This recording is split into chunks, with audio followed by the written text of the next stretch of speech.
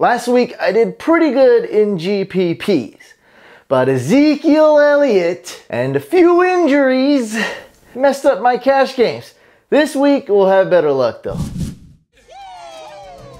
What's going on, fantasy football fans? I'm your host, Hussein the Brain, and you're watching The Couch. These are my week 3 NFL DFS picks for DraftKings and FanDuel, or as I like to call it, Draft Duel. Hey, this video is sponsored by SquadQL. It's a free app that lets you sync your lineups from CBS, ESPN, or Yahoo. Lets you know if there's players available that's better than the ones you already got. Gives you recent player news, and the best tool on there is the one-click button that optimizes your lineup. Boom! It's super easy, super fast. So follow the link below, guys, to download the app. It's free and it also helps support the channel. Here are my picks for Draft Duel. Aaron Rodgers is an absolute stud at quarterback this week, but I believe there's better value to be had and more contrarian picks. For instance, Matthew Stafford, only $7,900 on FanDuel and $6,200 on DK. Much cheaper than Aaron Rodgers, and we're gonna have a shootout here, folks. Atlanta at Detroit.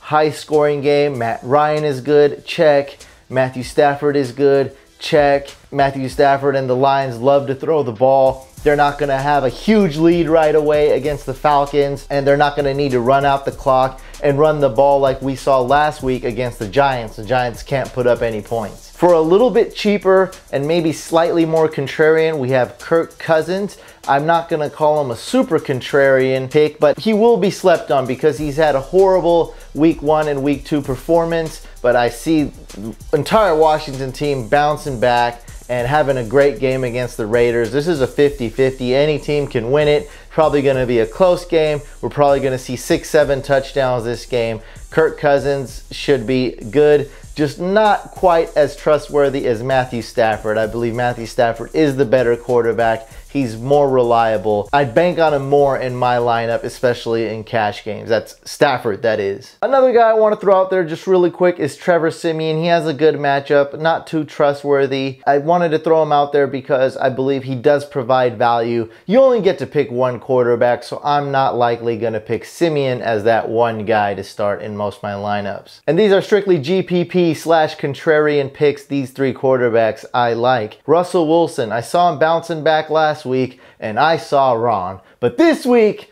I'm willing to give him another shot. I know you don't play well in September, Russell Wilson, but hey, you got a good matchup here, all right? Don't screw this one up. I see him having a bounce back game. Same thing goes with Andy Dalton, and he's super cheap. Andy Dalton's basically a punt in what should be a great matchup for him. Lots of opportunities. They fired their offensive coordinator. Get out of here. And I guess I can throw in Carson Wentz as well. Not great value, pretty reliable, not a high ceiling, but against the Giants D, maybe some people are going to be scared and not pick him. I'd rather go with Dalton because he's cheaper, or Russell Wilson. For running backs, tons of awesome options for you guys to choose from, whether you're on DK, whether you're on FanDuel, whether you're on both, whether you're GPP, cash games, whatever. I got all the running backs here, guys, all of them. I got them all for you.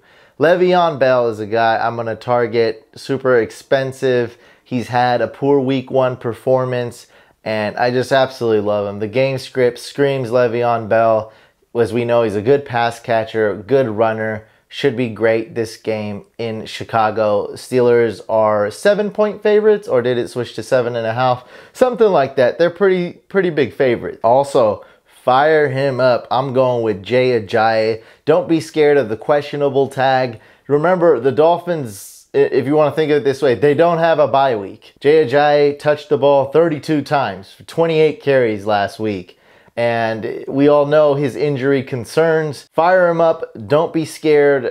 Something else to reassure you guys about Jay Ajayi is that the Dolphins play the Jets, and they play him early Sunday. So just in case, 90 minutes before the game, just in case something happens, it's okay. You got plenty of time to swap Ajayi out. The inactive list comes out in 90 minutes before the game, so no worries. Fire him up. I see him getting 30 touches again this week against the Jets. I see this being a grinding out game. And that's what I'm going to do, but I should have said this earlier, but this is what I'm going to do on these videos, these DFS videos for you guys that don't play DFS. for you guys that are huge NFL fans and season-long fantasy fans. I'm gonna try to preview a lot of games, give my projections and predictions, and doing DFS picks, it just naturally provides a lot of insight for you regular NFL and season-long fantasy fans out there. So I'm gonna try to do that a lot, talk about game script a lot and what's gonna happen. Now, sticking to this Jets-Dolphins game, Vegas has Miami winning by 6 points, I think, last time I checked. And it's gonna be a close game, as in, like, I don't see Jay Cutler airing it out every play, you know, throwing deep balls to Parker all the time. I see this as being a good amount of field goals. I see it being close. I see it heavily just the Dolphins playing some defense, playing smart, and giving the ball to Ajayi, controlling the clock, kind of similar to what the Cowboys did last year, and they won all those games in the regular season. This is a game they need to win, they should win, and this is how they're going to do it. Jay Ajayi, 30 touches, check. Not a guy I like that much, but I'm going to go with a contrarian pick, Christian McCaffrey. Now, for this guy to really pay off, he's got a good matchup, blah, blah, blah, blah, blah, everything matches. He needs to get in the end zone. I don't think he's going to get 30 touches. That's what sucks. Like, Jonathan Stewart's there.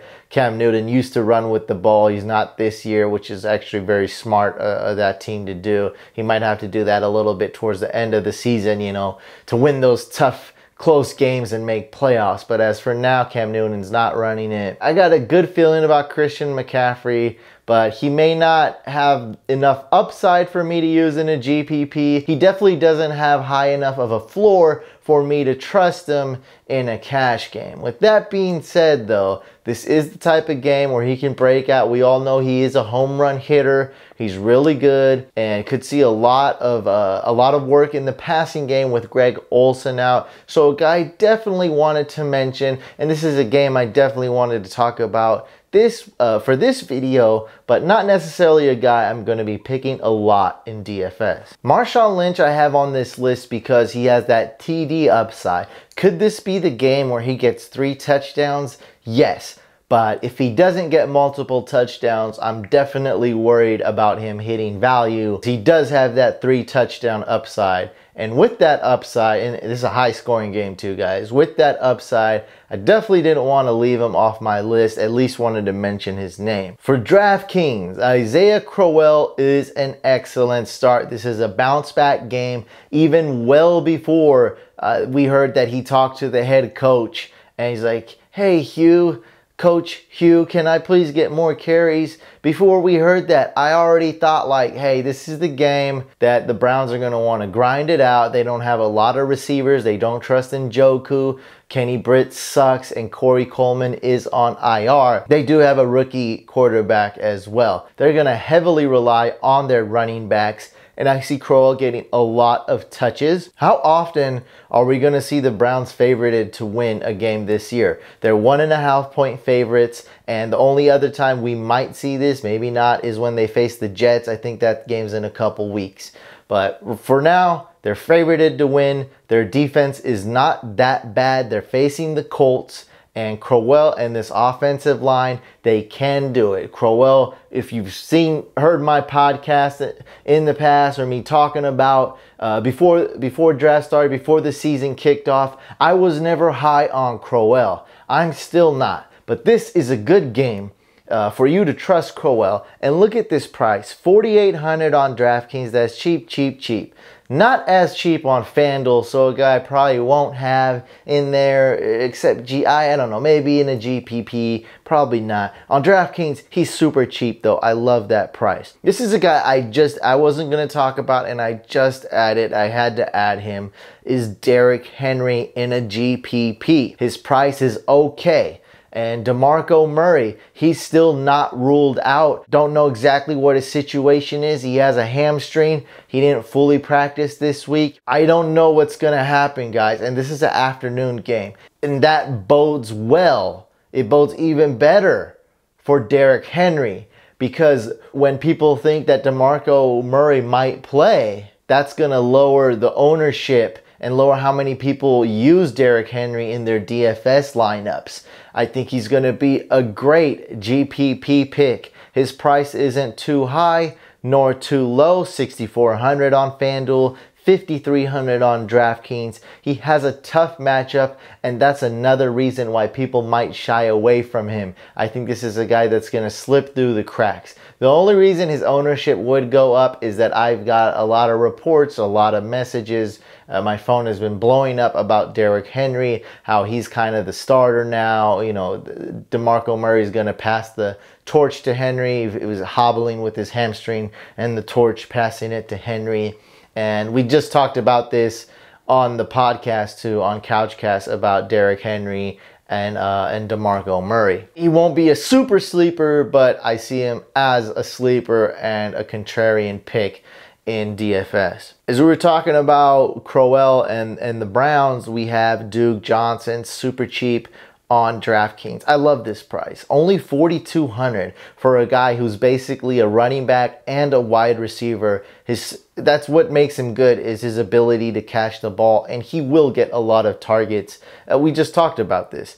In FanDuel, price not so good, but in DraftKings, $4,200. Now with the same exact price, and I'm not going to talk too much about Thursday night games or London games or Monday night games, but this one I wanted to mention, and that's Chris Johnson.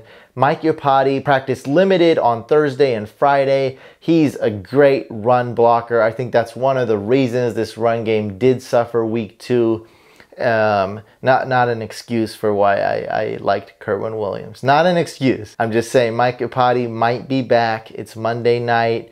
And Chris Johnson is only $4,200 on DraftKings and $5,700 on FanDuel. Definitely cheaper on DraftKings. Tevin Coleman in a high-scoring game is super cheap on FanDuel, $5,500.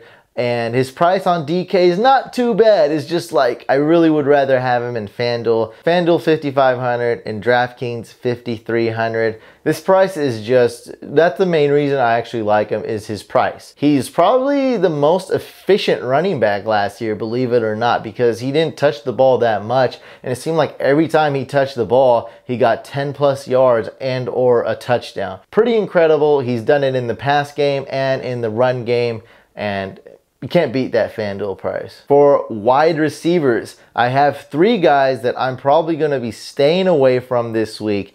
That's Dez Bryant, could be shadowed by Patrick Peterson. Also, Mike Evans could be shadowed by Xavier Rhodes. Xavier Rhodes is the real deal. Probably the best cornerback right now in the NFL.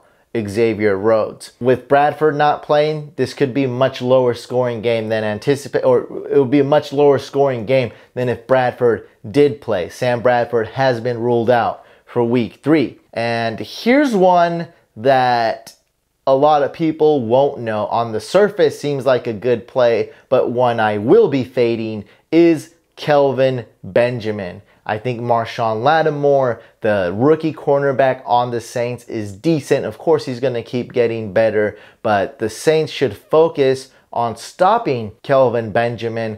Greg Olsen is out. That's why I like some of the other Panthers receivers as cheap buys, and that's why I also talked about Christian McCaffrey. Kelvin Benjamin, just beware. Could he have a good game? Could he blow up? Could he be amazing? Yes. Definitely. But I think he only has about a 25% chance of being really good. I say 75% chance he's going to suck and definitely not return value. I will be avoiding Kelvin Benjamin in my daily lineups. For cash games, I like Antonio Brown. And I was just talking about how I don't like to talk about studs and the obvious picks. But in a cash game, it doesn't get much better than Antonio Brown. Super reliable, and he has that upside. You need a little bit of upside still in cash games. You just don't want too much risk. In GPP, I like Brandon Cooks. I think AJ Green, his price is okay. Will be a high scoring game. Should see a lot of targets. This is a great bounce back game for the Bengals. As far as stats go, as far as we're concerned, as far as us fantasy fans are concerned, will they win the game? No, not a chance. But they can bounce back. We might see Mixon do some things. We probably will see AJ Green targeted. And that guy, man, he can catch the ball. It should be great. The Green Bay Packers cornerbacks suck. Michael Thomas, more of an interesting guy here. A guy that will he bounce back? I mean, this has been a pretty disappointing player so far. I drafted him in the Couch League. I was a little wary when drafting him, but at pick number 13 overall, I felt like all the wide receivers would be gone. If I were to go back, I probably wouldn't have drafted him. I would have drafted Kareem Hunt, I guess, in the second round. I would have drafted him that early, but you know, that's hindsight. I still think Michael Thomas is good. I still think Drew Brees is good. And I still think both of them will be good. I'm just a little bit worried about the offensive line and a little bit worried about defenses focusing on defending Mike Thomas. But he's kind of a tough guy to double because he's not like the deep threat, right? He's not like Deshaun Jackson. If there's no other receivers to defend, you know, just make sure you got a safety up to cover him over the top for those deep routes. You know, he's not that type of guy. He's a little bit like a tight end. You know, he can catch those possession catches. He knows how to use his body. So I see him grinding it out and doing good. And of course, why we really drafted him in season-long leagues is the touchdown upside. So Michael Thomas, I got you in my season-long league. Please get a touchdown this week. I benched Pierre Garçon for you. Another GPP guy is Doug Baldwin, 7,400 on FanDuel. I think he's going to be really good. Now, it's a thing because there's a lot of risk here. The Seahawks offensive line, one of the worst offensive lines. What do we got here? The Bengals offensive line, the Giants offensive line, and the Seahawks offensive line. Those three offensive lines look like day-old stale throw-up. Disgusting. Oh my. But Doug Baldwin, I actually, just looking at the stats, people are disappointed, but I actually don't hate Doug Baldwin right now. Okay, this is the game though where Russell Wilson and Doug Baldwin, you guys gotta shine. I like this as a GPP pick. People will be giving up on him and avoiding picking him. We have Demaryius Thomas, 7,100 on FanDuel, 5,900 on DK. Terrell Pryor could be a bounce back game, 6,900 on FanDuel. And Devontae Adams, 6,800 on FanDuel. I love this pick because Cobb, I don't think he'll play or he'll be extremely limited. Jordy Nelson should play, which is good. It's going to take some attention away from Devontae Adams. I love Devontae Adams this week. And Jamison Crowder, a little bit of risk here, but this should be pretty good, guys. We already talked about this game a lot. It's the Washington-Oakland game. And these three guys are cheap, and that's why I got them here. Russell Shepard is very cheap. By the way, that's the Panthers wide receiver, if you guys don't know. He's only 3,500 on DraftKings. Only reason I pick him in FanDuel is he'll be super contrarian. Rashard Higgins is no secret, though. We saw him do good last week. He's only 4,000 on DraftKings, though. Could use him in both GPP and cash games just because he's so cheap. It's going to help you make room to add those big name players. He's 5,100 on FanDuel. Not bad on there either. Devin Funchess is super cheap on FanDuel, only 4,800. This is my super sleeper pick because if I say I don't like Kelvin Benjamin, they're still playing the Saints, and someone's got to score, whether it be Jay Stu or Cam Newton or Christian McCaffrey or Russell Shepard or Funchess. Why not? For tight ends, I really want to focus on the mid to cheap level range guys. Jack Doyle is 5,300 on FanDuel, 3,600 on DraftKings. I watched him play week 2 with Brissett, and this guy looks really good. I really trust him, and that was a tougher matchup. This matchup is sweet. In order to save room, though, I've been plugging in Jared Cook on my lineup. Still tinkering with my lineup. I tinker with them all the way up until Sunday morning. Okay, so Jared Cook, a little bit cheaper, and I looked it up. He practiced in full Friday, so this should be no problem. And in DraftKings, where he's cheaper, just in case, like it's not going to happen. He will play, he'll be fine. But just in case, because they do play late, you have Vernon Davis, who you can plug in for him, or his backup, Clive Walford. Like, that's emergency just in case something were to happen. Also, Evan Ingram, now he's active. He should be fine. Only 5,100 on FanDuel, 3,200 on DraftKings. The only worry I really have about Ingram is that Odell is back. and maybe Odell starts seeing his usual share of targets, and Evan Ingram is no longer the best receiver on the Giants. Still though, for this price, it's still not bad. And some guys I just wanted to quickly mention, I talked about Vernon Davis. He's 4,700 on FanDuel, 3,000 on DK. Ed Dixon is especially going to be good if Jordan Reed doesn't play, but he's looking like a game time decision. We probably won't know until it's too late. Ed Dixon, Greg Olson's back up. Greg Olson's out. He's on IR. So we have Ed Dixon, pretty much a minimum price tight end. And Austin Seferian-Jenkins, also a minimum price tight end. This is going to be a risky pick. A good punt, though. A really good punt. A guy that should see a lot of targets. I was not impressed with him in preseason, but that is preseason. If you really look at it, it's going to be Jermaine Kearse and Austin Seferian-Jenkins getting a lot of the targets. Robbie Anderson is good, but he's more like the deep threat. He's not going to get a ton of targets. You know, that's the type of guy who'll get like 3, 4, 5 targets a game. Or if he gets more targets, like 7 targets, they're probably not going to be quality targets. For defenses, I only have one defense on this list. It's the first time it's ever happened. We're making history, YouTube history, folks. That's the Eagles defense, priced at 4,500 on FanDuel and 3,000 on DK. This is a defense I trust. You saw the Giants O-line. It's just plain and simple.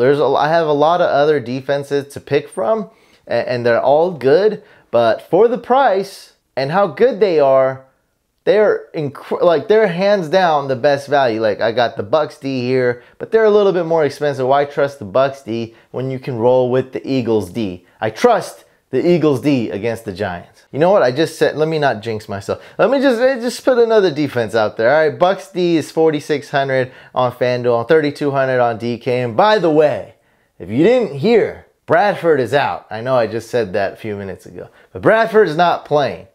So Bucs D, not bad either. And for you FanDuelers out there, I have some kickers at every price range. At the minimum price, I like the Browns kicker, Zane Gonzalez. Don't know too much about him, but he's been perfect so far this year. It's not going to be a high scoring game, but it could be a high field goal game. For 100 more, you can get Justin Hopkins, Washington's kicker, and Nick Folk, the Tampa Bay kicker, for 4,700. For 4,800, I like both Cody Parkey and Graham Gano. Graham Gano is definitely a kicker I trust a lot in this Saints game. Excellent kicker to fire up for 4,800. Probably the best value kicker. I like spending as little as possible on kickers, but there's not a lot of good ones at minimum price this week at all. So I do love Graham Gano. I wouldn't spend up any more than Graham Gano unless you somehow really made it work. You could go Mason Crosby, excellent kicker, but he's priced 5,000. And of course, Stephen Gostkowski, playing at home, playing against the Texans. They're favored to beat the Texans by 2 touchdowns. This is an amazing pick, but he's way too expensive for me at 5,200. I just wouldn't be able to do that. Maybe in like 1 or 2 GPP lineups at most. And same goes for Crosby. Like, I actually like him a lot, but 5,000 is just a little too expensive. 5,200 is way too expensive for me. If you haven't already subscribed to the YouTube channel, make sure you hit that couch icon to the side of me, like the video, leave a comment below, and use hashtag AskTheBrain when you ask your questions in the comments. I'll see you guys on the next video.